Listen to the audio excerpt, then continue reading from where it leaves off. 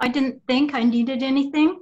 I always say I was blissfully unaware of any spiritual stuff. Like I'd grown up in a church, and all the rote of memorizing and things to do with Christianity, but I had really didn't think, I was just living my life. And we met some friends of ours who had changed a great deal, had changed a lot of their negative behaviors towards each other. And we could notice this at the first time. We hadn't seen them for a while. And so I asked them, what's going on with you guys? You seem so much happier and different. And they said, well, we've been listening to this enlightened man. And I didn't even believe in those kind of, like, what are you talking about? So anyway, that was why I went to that first time at Syd's house. And this couple said, well, why don't you come and listen to him? And I thought, oh, I had sort of read that book, Be Here Now, and a couple of things. We had really dropped out. We were dropping out of society. We were kind of hippies, but at the same time, we both were working and had jobs and weren't considered to be completely hippie-ish enough. But we had children and we had responsibilities, so we couldn't completely drop out. But anyways, I went off to this meeting and I took all my knitting and everything because I thought, well, this is probably going to be really boring. Some guy's going to talk like the minister at the church and I'm going to be bored, so I better have my knitting.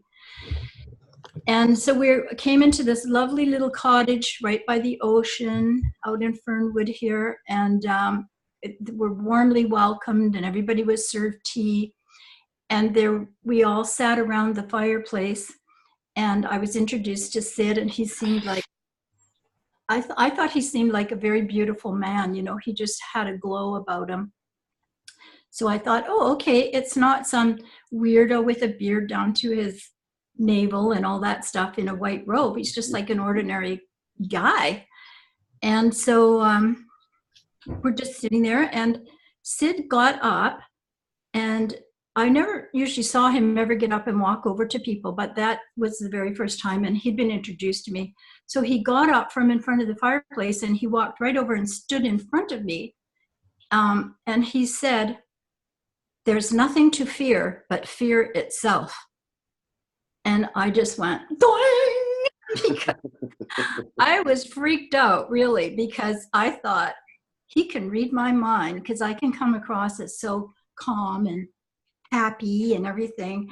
And here's this guy, he sees right through me. I'm scared of everything.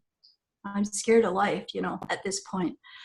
And it was just from then on, my knitting never even came out of the bag. So it wasn't like a thing where you go and do your knitting and listen to someone talk at all. It was this person speaking to some part of your soul that you didn't even know needed to hear something. And so that very first time, I can't remember anything else he said. In those days, people used to read things. Like sometimes Syd would have come up with a whole lot of thoughts and ideas, and so his wife would have written them down. He had very bad handwriting, so nobody could understand anything he wrote. And then around that time too, excuse me, Linda was taking notes and typing stuff too. And so someone would then read it. And sometimes at those meetings, someone would record it, would read it into a recording, and then we'd listen to a recording. And then Syd would talk further on it after the recording. So I think he had these things come up in his mind at time, and he wanted to share it right away. And it would be when he's sitting at home looking out at the ocean or something. And so he would get somebody to note all this down. But a lot of times he would just sit there and drink his tea, and he would start out calmly talking about something. Barb and I were out in the yard the other day noticing the septic tank is overflowing or something like that. And then he would just go off into these amazing things, that I couldn't understand with my mind what he was saying, but in my heart, it just kept going, I know that. It's just like it turned on a knob. And so you could just keep saying, oh, I already know that. I recognize what he's saying. So for me, there was never any suspicion or does this guy really know what he's talking about or anything? Because I knew in my heart what he said was exactly what I already knew, but I hadn't been able to get to that information. That was the way that I saw it, and I took it. And it basically did change my life and my husband's life and our relationship and our children and everything that came after that. So it was a great opportunity and experience. Does that resonate for anyone else? Like the idea that, listen, and it doesn't have to be Syd necessarily, but you hear something and the thought inside is, I know this already. Does that, I see some nodding. That was certainly my experience. When I had my real sort of my wake up, it was like, it was a profound sense of, oh shit, I knew this already. And now I know it as a fact, or I suspected it before. And now I discovered it as a fact. It's very cool. So I do want to get to the video. So does anyone have any questions for Sheri? Just if she's willing to take one or two, or if there are any, and if not, we'll just, like, again, none of this is scripted, right? So, and if there aren't any, then we'll get on to the first section of audio. And you don't have to stick your hand up. Just start talking if you feel Sheri, like. Hey, Dominic. How are you? Nice to meet you. Hi. Yes. What were the years that you were, I guess, sort of with Syd, and then at what point did you depart in terms of the teachings and stuff? Well, I think that first time that I went to his home was 74 or 75. I'm around in there. The only way I can try to remember is when Linda and I are talking, because I did the drawings for her very first book. So I know I was around, obviously, before that, but I didn't really pinpoint. I didn't have any way to really pinpoint that.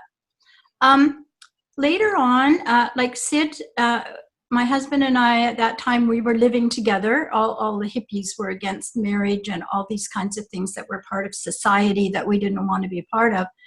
And so in 1977, from about 75 to 77, a whole bunch of people in the group were getting married and getting houses and, moving out of their teepees and stuff.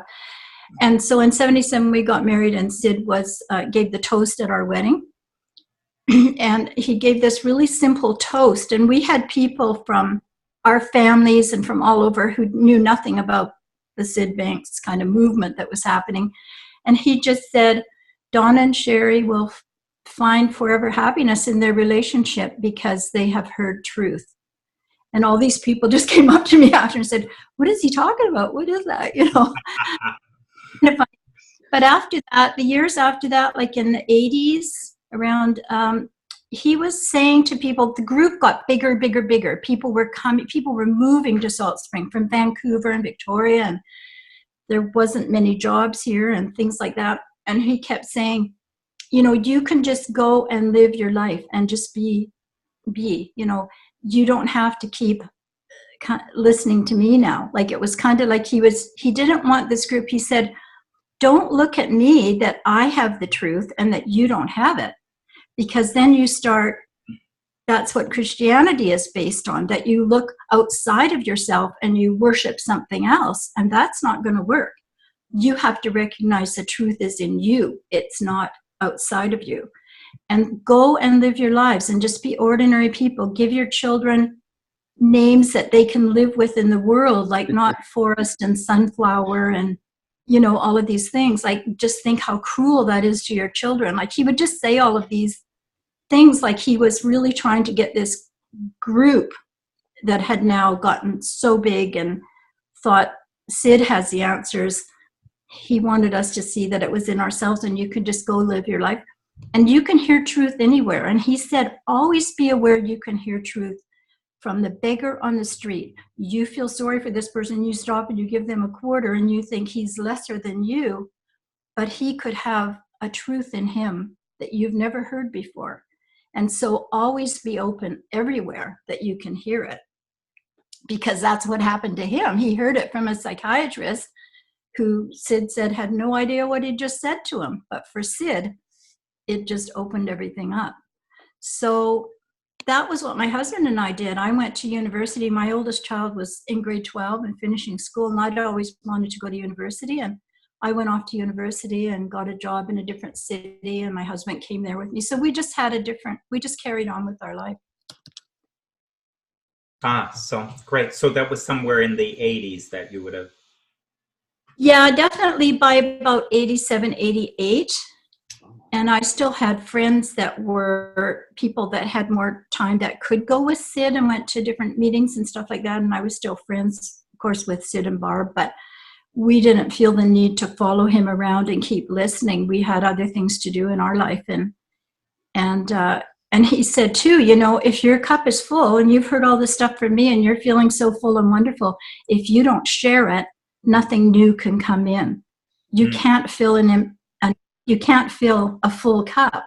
So you need to share all the time. And I felt in my work as a social worker then, you know, I was able a lot of time to help people to see that things they were labeled, you know, people get labeled all the time, and that they were not that label, that they were this spirit, you know.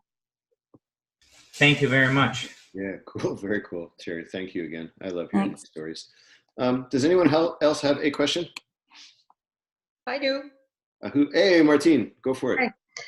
Hi. I was just curious. Do you still listen to Syd's tapes now, or you don't feel the need to? And from all those 3P teachers, which one is closest to the original teaching? Oh, wow. Okay, well, of course, because at the time that I was off doing my own stuff in the 80s and that, I don't know anything about the 4 principle idea at all. You know, I'm sure that 3 principles. Awesome, Sheri, awesome. Well, you know, I'm sure that, of course, they're based on things he was always saying and always teaching to us. It just nothing was labeled in that way, or made like some sort of a system that you had to learn, or that there was any rules to anything. So I don't really know what they're teaching now. I have seen a little bit of a tape since I found out that there was the 3 principle thing. I watched some of a tape, but I had to keep fast forwarding to the parts where they have Syd speaking so that I could hear what he was saying, like, and that had the most meaning to me. But I know that anybody, I mean, people that have this wisdom can share it. And to me, I don't think you need any rules about how to do it. You just have to get out of your mind, go out of your mind, so to speak, and let your heart hear. Because if your mind is in it, it's going to be trying to figure it out all the time, and it's going to be putting values on it. And it's not that. It's beyond mind. And I always tell myself, if I get into something, I just go, Sheri, it's beyond mind. It's beyond mind. Get beyond this. And you can get beyond anything that way. You know, my daughter was murdered. I've gone through terrible things in my life, but I mean, that people would say, and they are, of course, you go through them, but inside, you know, I know where she is. I know where I am. It's hard to explain, isn't it? Because it is beyond mind. But if you know that, and I'm not saying I'm an enlightened person, I haven't had one of these amazing experiences like Syd had or anything, and I think I'm scared to ever even have one, but I just know how much I have opened up and learned, and that's what there is to life. Right? Cool. Shall we indulge in a little Syd then? I'm just going to assume that's a yes. All right. So now we're on part 4 of Jumping Time, and I have it in 6 parts. I also have it as one complete audio. The complete audio is about 36 minutes. So once we go through it today, we'll do one piece. We'll discuss a little bit. We'll do that with each of the 3. And then what I'll do is I'll post the entirety of the audio to the Facebook group later on today. So I still haven't figured out how to get it to stream directly from Dropbox. I just can't seem to find it. Can't tell if Dominic's smiling at that or not. I think he might be. Yeah.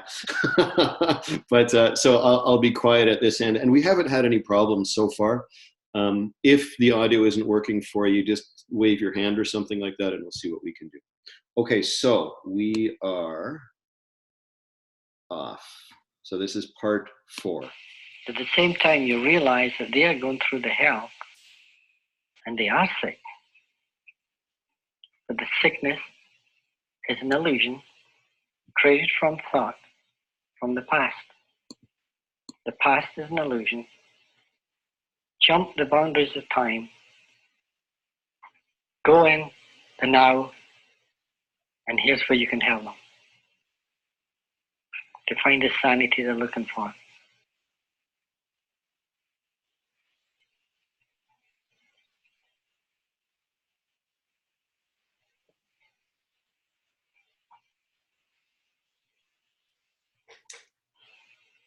And love will always be the answer. I really mean that. And love and true understanding go hand in hand. And you don't have to understand mentally if you have love in your heart. You just understand.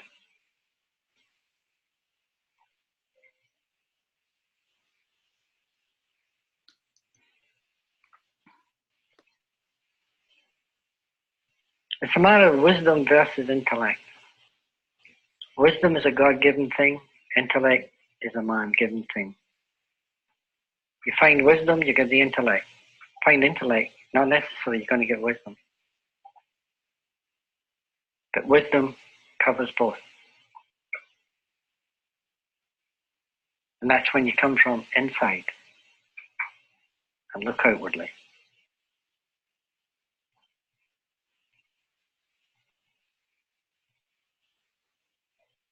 Again, you jump the boundaries of time. The true now isn't now, here and now. Otherwise, you know the old cliche, I've had people say, well, you have no other choice but to live in the now because we're here right now. That's not the now the wise speak of. The now the wise speak of is before the beginning of time. And to go before the beginning of time, you don't go back. You just realize that back is an illusion. And you find now. That makes sense, does it? Not supposed to make sense.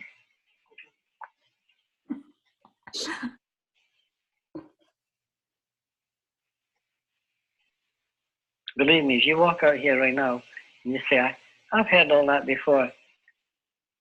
I know what he's talking about. You haven't got it.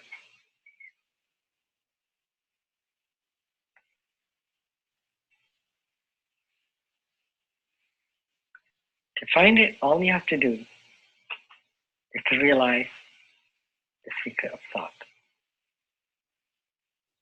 Once you realize the secret of thought, you're home. You're free. All your problems are manifested by a thought. And I know everybody in this room right now could get up and prove to me that this isn't so intellectually. But I'm not interested in intellectually. Because I could prove to you that all my problems are not thoughts either. But that would be part of the illusion. You've got to break the boundaries of the illusion and realize everything is created literally from a divine thought. And when a divine thought is manifested into form, it is called life. And life is geared and run by intellectual thought. Intellectual thought creates the downfall of humanity. Again, it's the ego.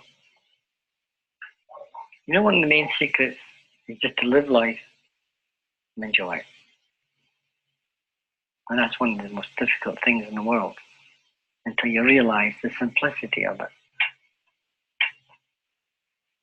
Just live it. Don't talk it. I never talk like this. I just live it. The only time I talk like this is when I get together with people that want to hear it. You know?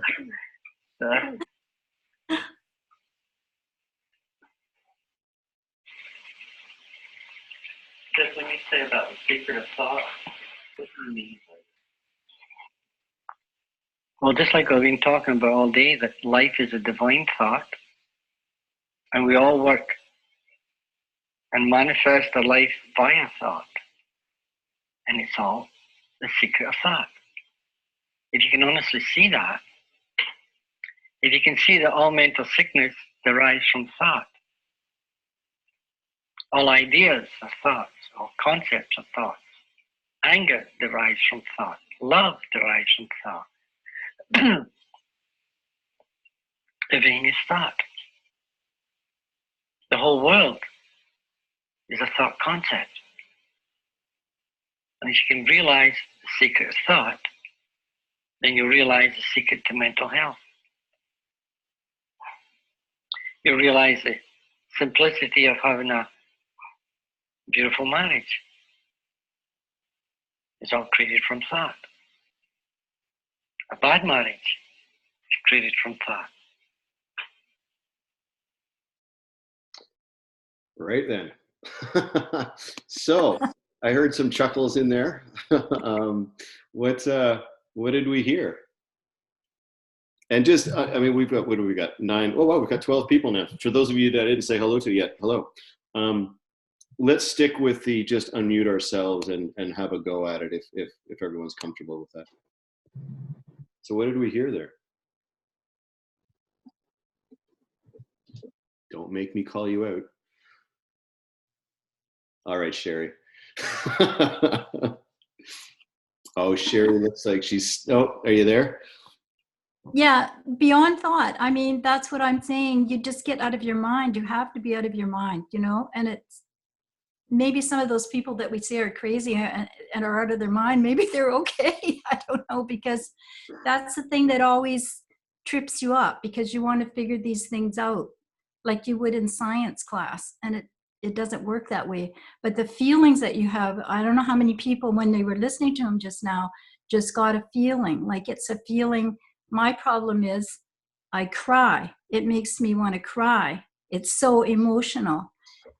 So I'm here with my hanky, right? But Syd always said to me, he knew that. Like he was talking to so many people by then. There were so many people around, you know, these big events in Vancouver and everywhere. And he would just be talking to me and he would say, you know, Sheri, you don't have to cry. You don't have to cry. And I still haven't been able to do that, damn it. But it was just like he would know these things about you just by walking up to see you. So you were kind of a little bit worried, like, uh-oh. Oh, wonderful. Thank you, Sheri. Does anyone else have something to add or something that they heard there or didn't hear? I'll add something just because this past week I had gone to a workshop with Sadhguru, and when I listened to this and I heard this, well, even just the title, Beyond Thought, Sadhguru mentions, well, he spoke about his enlightenment experience, and what he said is, I realized if I don't mess with my mind, I'm ecstatic. So, Sorry, say that. If I don't mess with my mind, I am. So ecstatic. if I don't mess with my mind, I'm ecstatic. Cool. So it was this realization he had a few decades ago, whatever it was, 30 some odd years ago. And it kind of popped him out of thought and thinking and all of that. So this is when I listened to this and, what the way that this is, it just reminded me this week of that. Cool. Very cool. Very cool. Anyone else? I can't see everyone at once, just the way I have my thing set up. So if you want to go, just start talking and we'll figure it out. Or not.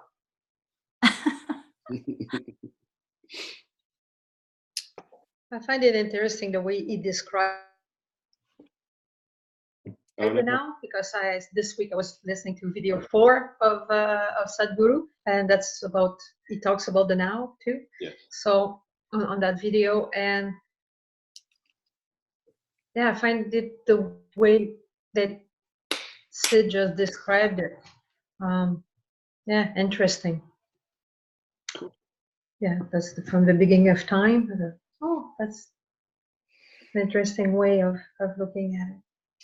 Yeah, there's something in there that struck me about the way he described being in the now, and you know that I've always had that as the conventional thinking of you can only ever, as he described it, you can only ever be in the now because the now is the only thing that exists.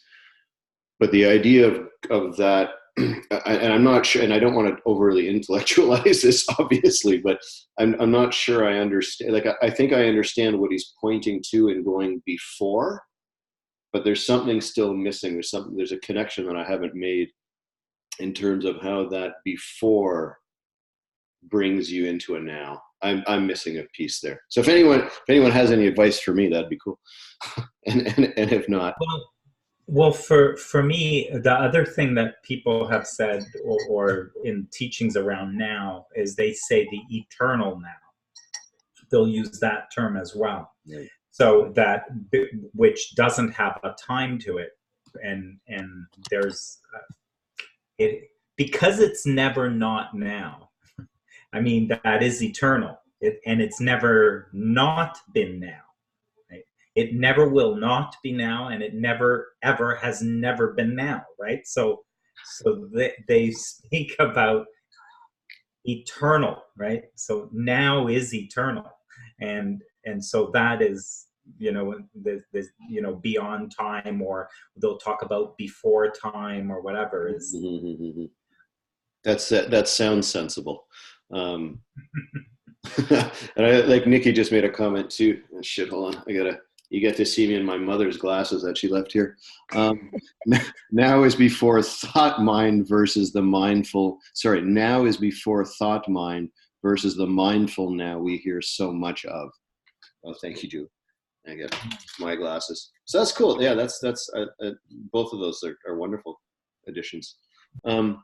Shall we go on to part 5? Yeah, go ahead. Cool. All right, let's do it. A happy life is created from thought.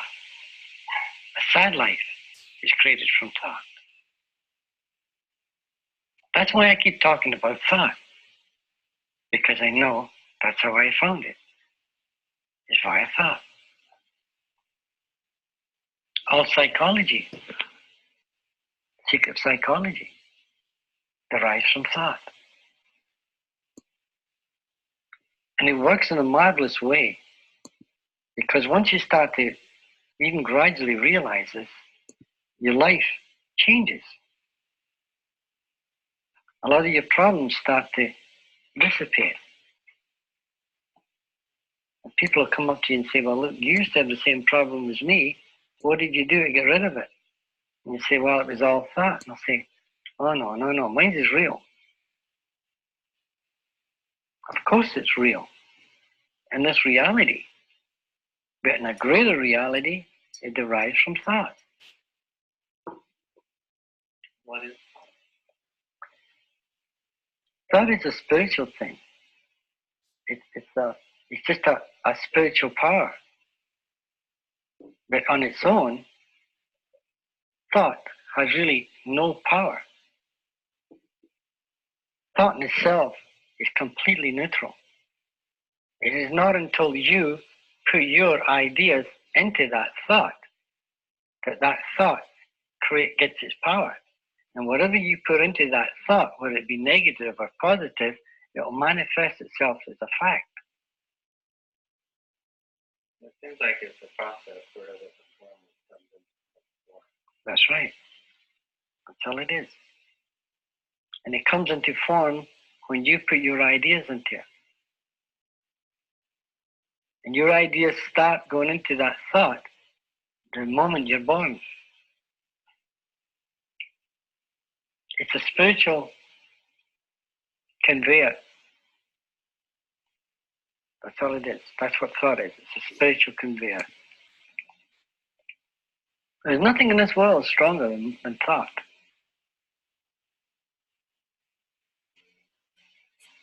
And if you can convince your patients of that, Well, that patient's thoughts change. See, that's why they come to you. You're a doctor, and they come to you to try and change their thoughts, right? So if you can change their thoughts, you change their reality. To change their thoughts, you can't explain where they're right and wrong. You have to explain the secret of thought. Once you realize the power of thought, then that mental sickness, the mental anxieties, and all the hang-ups and all the problems will start to vanish. Simplicity.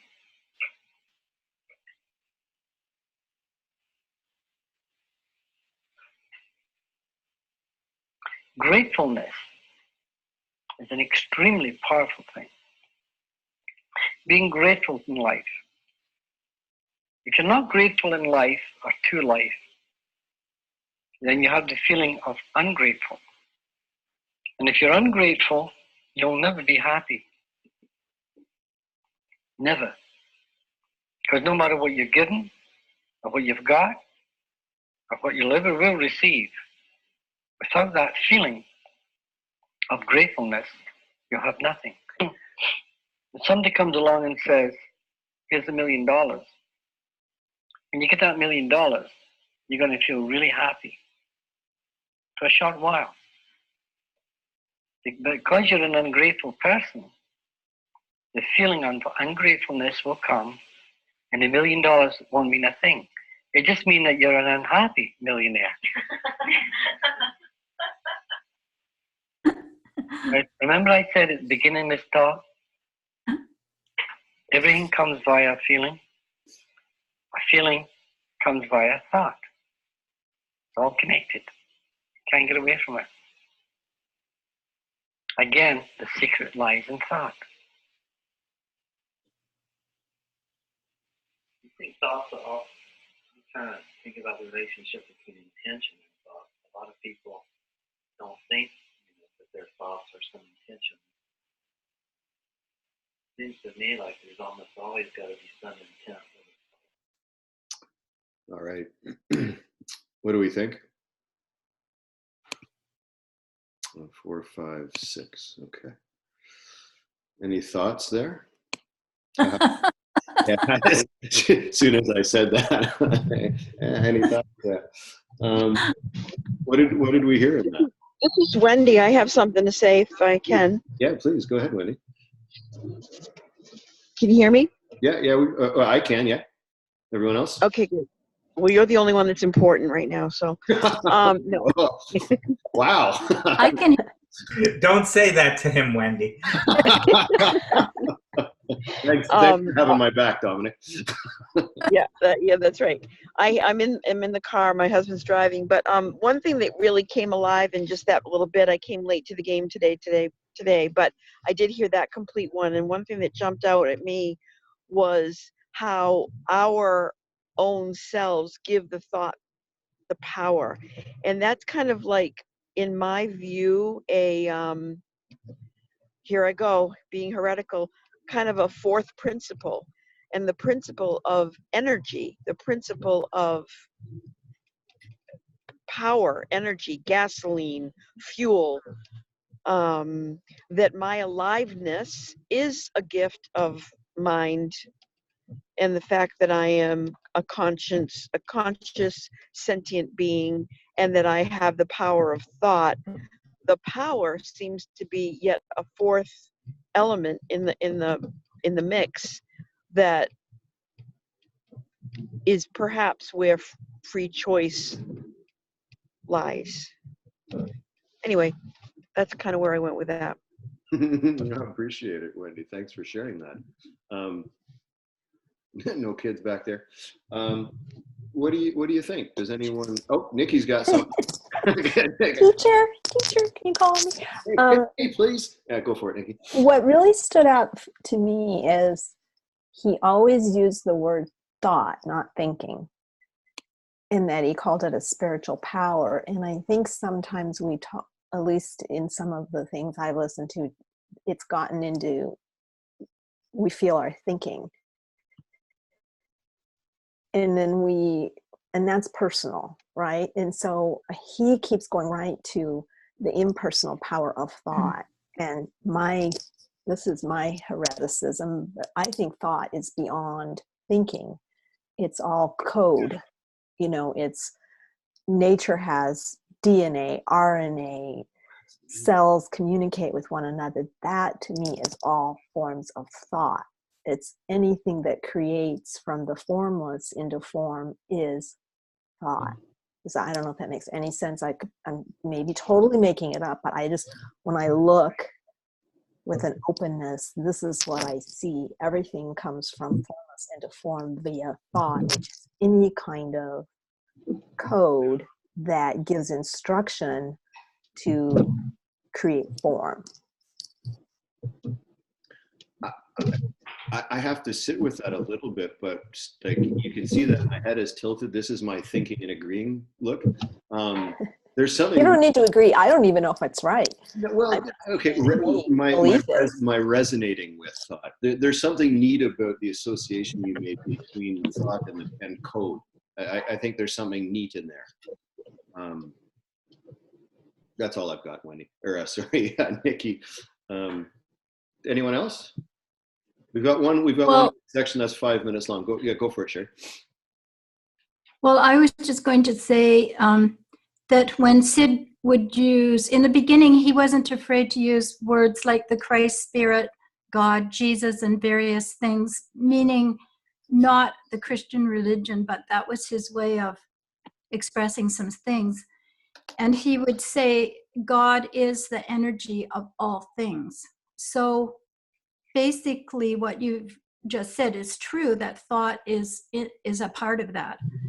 But the feeling, but the understanding that thoughts create your feelings. So if you look across the room and see someone with a hat that you wish you had or something like that, and you start to feel envious of that, instead of appreciating what you have, your heart, your feelings, your mood, I don't know, your thoughts are going to be negative. And I think when you start to understand that and can just go beyond that, I mean, it happens to all of us, right? And you get into thought or you get into mind and you think, well, why am I doing that? Like I'm not depressed today. I'm making myself feel horrible by thinking these things. So it gives you that power to change that. But the ultimate energy is, beyond all of that. Nice. Well, and go for it. And Sheri, you said something that's become controversial in the three principles. So you said once you see that, then it gives you, or you have the power to change that. Yes. It certainly, I resonate with that. If you sense anger or sadness or anything like that you can steer differently, like you can focus differently or not get sucked into it. But what did you mean by that you have the power not to? You can turn that off. You don't have to dwell on something that's making you feel you're in negative thoughts. Syd used to also say, instead of waiting for the day to suit you, you need to suit the day. So you have that power to suit the day instead of waiting for everything to be right so that you can feel a certain way. Thank you. Amen, sister. Someone feels vindicated. Or you can always just see it as weather. You mean trend? Yeah, but there's a passivity about weather. There's a passivity about, gee, wouldn't it be great if that rain cloud left? Gee, wouldn't it be great if I could get out and rake my leaves without the rain being there? I'll just wait until this mood passes or this. And I'm in agreement that the day doesn't have me, I have the day. Thank you. It seems like there's a little bit more agency in having the day rather than waiting for the day to change to suit you. Oh, neat, great, cool conversation, man. Okay, let's get the last piece. Let's get the last piece in, and then. Well, I just have one little question. Yeah, go. About it it might be also controversial. You never know. With you, what a surprise. Yeah, I know. It's about vibration. Now, this Christ consciousness goes through us and brings thought. They can be high level and low level, but it is your vibration, your level of vibration will also have an impact of what kind of thoughts will come through you. And there's all kinds of things that will affect your vibration. Martine, Diet or whatever, right? Yeah, so I'm just throwing it out there. If you can have would you equate that vibration with level of consciousness? I think it goes hand in hand. It goes hand in hand. If you have a low vibration, your level of consciousness is going to be low. Right. Anyway, that's the way I see it. That might not be true, but I think it goes hand in hand. Somebody that is angry all the time is a low level of consciousness, but also their vibration will be at that level as well. And it's a bit like a radio attunement. If you're attuned to a certain thing, that's what you're going to. I see that all the thoughts are all there. Right? And then we just download what we're ready for or what our vibration is at. And that's what we download. So there's no choice. There's no choice in the download per se. The download is tied to your vibration. Then. Yes, exactly. Yeah. Neat. When you speak of the like when Syd said, God is the energy of all things, you can think of energy as a vibration. Like it is energy, because he said to me one time, I can take you into the forest and show you how to get energy from the forest, from the trees, like just being there by yourself and getting that energy. Because God is the energy of all things, all living things. So all things. It's all one illusion, I guess you could say. So I think that could feel like a vibration. People could describe it in many different ways. Dominic, you're pretty versed in the language of vibration, and does that resonate with you? So yeah, and the way Syd talked about the way in our community today, it's talked about three principles, but they're really one thing. And Syd always said it was one thing, and that one thing, and he said spiritual energy and all of that, right? So vibration would be it. Like if you listen to Garrett Kramer, who talks about oneness, and he says it's all consciousness, and then he says that we, or anything that arises within consciousness, he describes as a modulation of consciousness, as an activity of consciousness.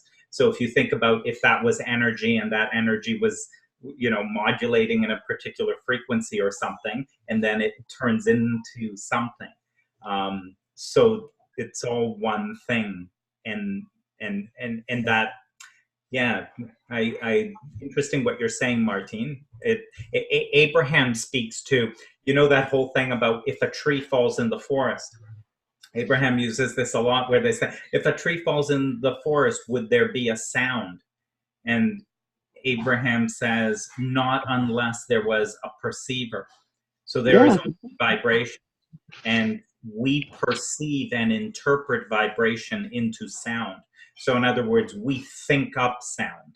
We think it up, but it's not really there, right? There is only vibration.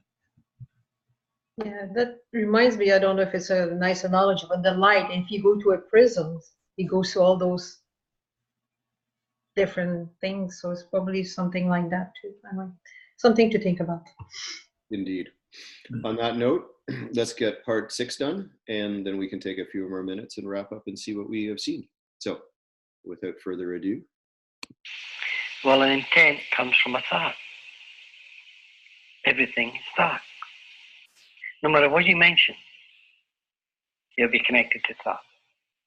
You could talk to me all day, and I'll all be connected to thought. There's a lot of people, poor people, happier than a lot of people that have a lot of wealth. Now that doesn't mean to say you can't have wealth and be happy. Don't get me wrong there. If somebody came along and gave me $1 million, believe me, that would make me happy. Me too. I'd be quite content and quite grateful. What's the difference between a thought and a feeling? You'd give it all away. Yeah. A thought, as I say, is neutral. A feeling is a reaction. Yeah, right. It's a positive reaction from thought. It's a feeling. You have a bad feeling, but it's still a reaction from thought. And if you can get a good reaction from thought, a good feeling, remember I said to you, if you walk out this door today with a good feeling, as Sam said, it's a good reaction, then you're way ahead. Whereas if you were a strict Freudian, I guarantee you'd walk out that door today with a bad thought, you know?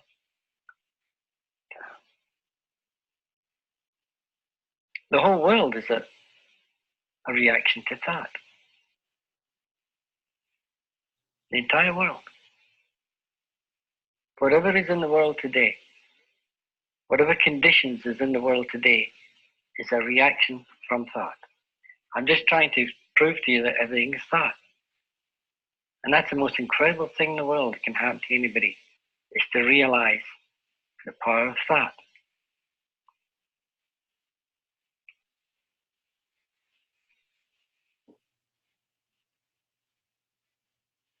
Do you know the old therapists where you're up front? You know, speak your mind and tell your friend or your spouse or whoever your true feelings. Your true feelings are contaminated, eh? So you go up and you say, you know, I don't like you because, and off you go.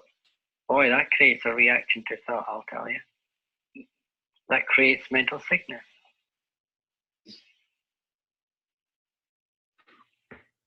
And that's still going on. But there's nothing wrong in doing it, honestly. It's all done in innocence.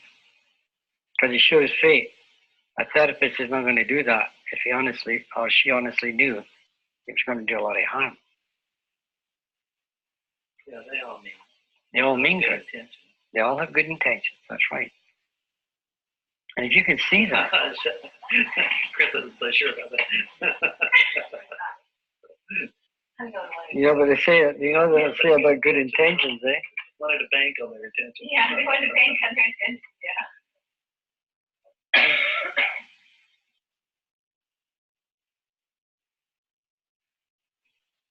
They say the road to hell was paved with good intentions.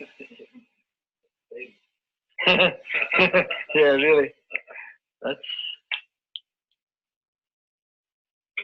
you've already got what you're looking for. The only thing is, those little hurdles, those thoughts, stop you from seeing it. And when you discover it, you say, by the grace of God, I found it.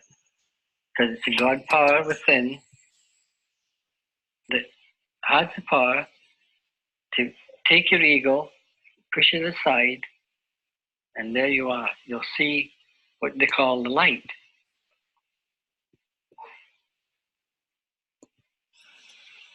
Literally, you've seen what you already have before the contamination of thought. So there you are. That way they say the modern day version of it is that the little light bulb goes on. And that light bulb goes on. Same thing. So, again, I thank you. Whew. All right, and I thank all of you. So we have a few more minutes. Andrea just wrote something, and I don't know if, Andrea, is it okay if I read that? I can't hear you. Okay. Oh, yeah. Yeah, can I just speak? I'd rather have you not read it. But Perfect. Yeah, go for it. Please. So in terms of like getting in there and fixing the content of my own thinking, or thinking that I need to help the people that come chat with me, that's the goal. I mean, what makes sense to me in a really practical way is,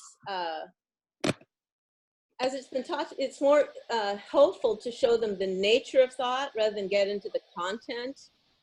And I love the analogy I was talking about of weather. That's just been very helpful to me, so I appreciate Wendy bringing that up. But I think the only reason we would want to like fix quote unquote negative thinking or content is, I see it as sometimes we have content of thought, I sure do. It's just a nuisance. It's negative, I get defensive, I've been insult, my feelings are hurt or something like that. I don't need to fix that. The only reason I would need to fix it is if I was afraid of it. What I heard Syd say and what I've heard said by the folks I listen to is that it's neutral. It's really irrelevant. I think I talked in my little, it doesn't need to inform how I go about my life. I can see it as irrelevant. Oh, look what it's the nature of thought. It's bubbling up some rainstorms, sometimes tsunamis. So it's that understanding it's the nature of thought. And I think when I move away from that, I'm moving back into an outside-in understanding that I need to fix that rainstorm in order to have a halfway decent life. And as opposed to seeing there's nothing really wrong with this temporary weather. It's impersonal. It's irrelevant. I don't need to be afraid of it. So that's what has been making, and particularly this week, I had a lot of thinking that was really unpleasant. And it didn't go away. It was kind of a nuisance, but it didn't matter a whole lot. It was irrelevant. It was just what my thinking was. It was just some weather. Anyway, that's my 2 cents on that. Maybe I'll change my mind in a while. I don't know, but that's how I see it. Thanks, Andrea. Thanks for that, Andrea. I would love to hear Sheri's perspective based on what would Syd say. Yeah, speak for Syd. I wish I could. Yeah. Well, I think the fact you have negative thoughts come in and that you recognize them is the first step, is that you're recognizing it's a nuisance and it's still there. I'm not just able to throw that away. It's, I've had maybe my dog died or something like that. I'm going to feel bad.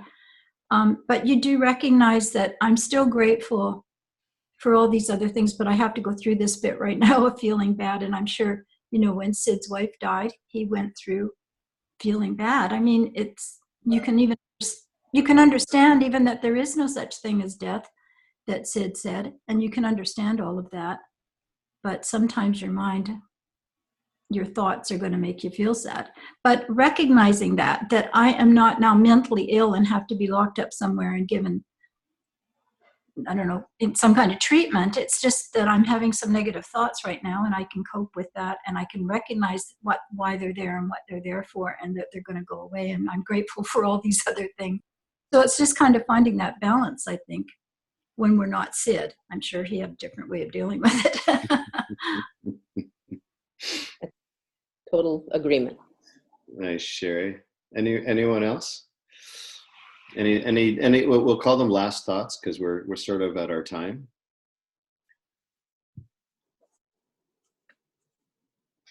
I like the idea of it being kind of like consonance and dissonance. Like the bad weather is just dissonance that sort of alerts us to what our thinking is up to, and then we can just see that. The minute you see it, you're not it.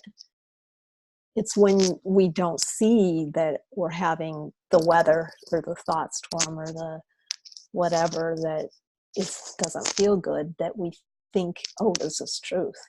The minute we see, oh, this is bad weather, then for me, the natural, not always natural by any means, but then the option is, oh, okay, just like I said in there, it's like a puddle. Well, I don't want to step into a muddy puddle. So when I can see I'm having bad weather that's creating a muddy puddle, I'm gonna kind of just consciousness will steer me away from that if I listen to it. So I don't know. That's just what occurs to me. So do you think we have a choice to avoid the puddle then? Like a conscious choice to avoid the puddle? I think we have awareness of it. Right. Yeah. Sid would say some things about that I don't understand, what he was saying yet. I haven't gotten to that place of recognition of it. But he would say to us sometimes, that over there is only a table because you think it's a table. Any of these things that you think are your house is only a house because you think it's a house. So he could see something beyond even all of these physical things that we think are important to us. And so if you could actually see that, which I didn't grasp exactly, but I know that that's important. I just don't understand. Actually, one of the lessons of the Course of Miracles, to look at things as having no names. It's one of the things in the Course of Miracles. It's one of the things also in I Am the Word. It is exercises about looking at things without naming them as neutral or beyond that. One of my favorite, I can't remember which audio it's in, but someone asks Syd if he can explain something again, and he says, well, I've already explained it again, but I'll do my best to explain it again. And by the way, no one in this room understands what I'm talking about, including and I just, there's something, and just as Sheri was speaking and sort of saying, or claiming her, I don't really know, that just kind of resonated with me, because I think to some degree we're all kind of making this up, right? And I don't want to make a pronouncement of that, but I've come to a belief where, or a space for me where I really don't know, and I'm really okay with that. I would say we're making it up all the time, 24/7, not to a certain degree, do it to a great degree, to 100% degree, and that's okay. 200%. Well, it's your reality, and you create your own reality. So that's basically. Mm-hmm. Wow, that was really cool. Are there anyone have any closing thoughts? Pramila, can I just say something? Please. Throughout this conversation, the only word that kept coming to my mind is how perfect. How perfect. All these, everybody talking, and just perfect. That from when you said the now, and that you haven't grasped it from I don't know how to say this, because when I think of space, it's all there, no matter what.